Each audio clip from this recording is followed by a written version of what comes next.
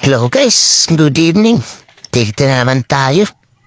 Kinabi tayo pag tayo sa nating Mio Sporty kasi palitan natin ito ng spark plug.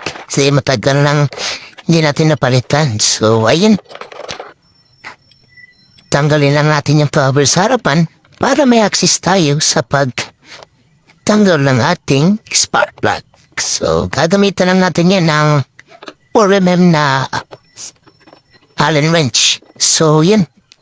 Bakit Allen wrench? Kasi pinagatan ko na yung stock niya na star screw na bolt na screw. Kasi ang gamit na natin is yayaman in bolt na. So, yan. I-open lang natin sa U-box para may access tayo sa kilid na mga bolt. So, yan. Kabilaan yan, guys. So, madali lang. Yan. Yung last na bolt na Allen din yan. So, yun. Baklasin lang natin para may access tayo sa ating spark plug.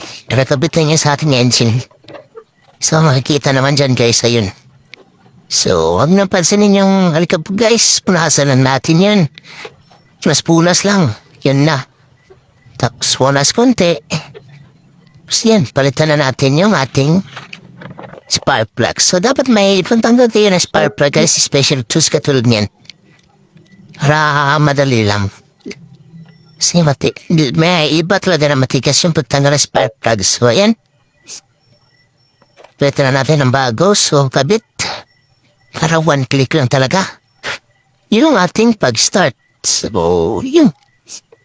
Madali lang guys. Kaysa magpalipor pa sa labas. Kaya gasto pa kayo.